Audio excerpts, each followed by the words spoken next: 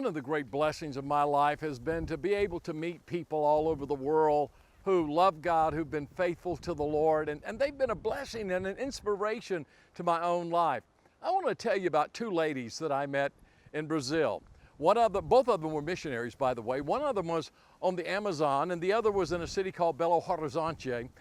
But both of them loved God. Both of them were faithful to what God had given them, but they went through great storms. In fact, the one that I met on the Amazon, when I first met her, she was just a few days away from death, away from stepping into eternity.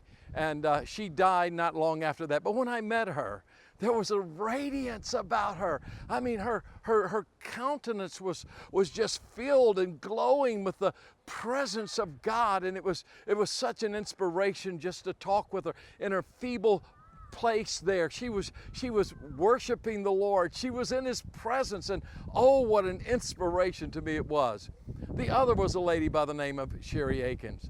Sherry had been faithful to the Lord, serving the Lord with her husband Wade, and there in Belo Horizonte. And one day Wade came in and found her on the floor, and she had passed and from a disease that had taken place.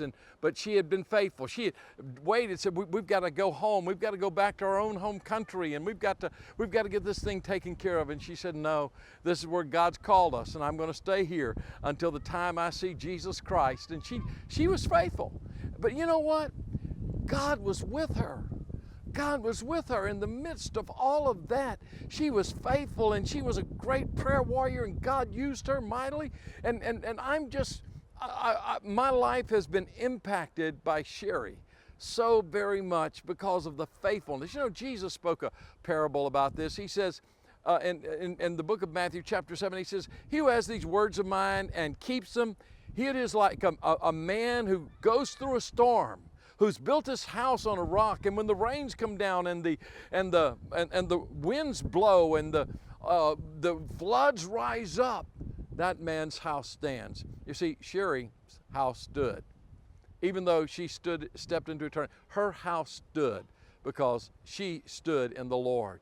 The storm couldn't destroy her. She stepped into eternity in the presence of Jesus, and before then, she lived faithfully and deeply committed to the Lord Jesus Christ. So why don't you make sure today that you're building your house on the solid rock of Jesus Christ?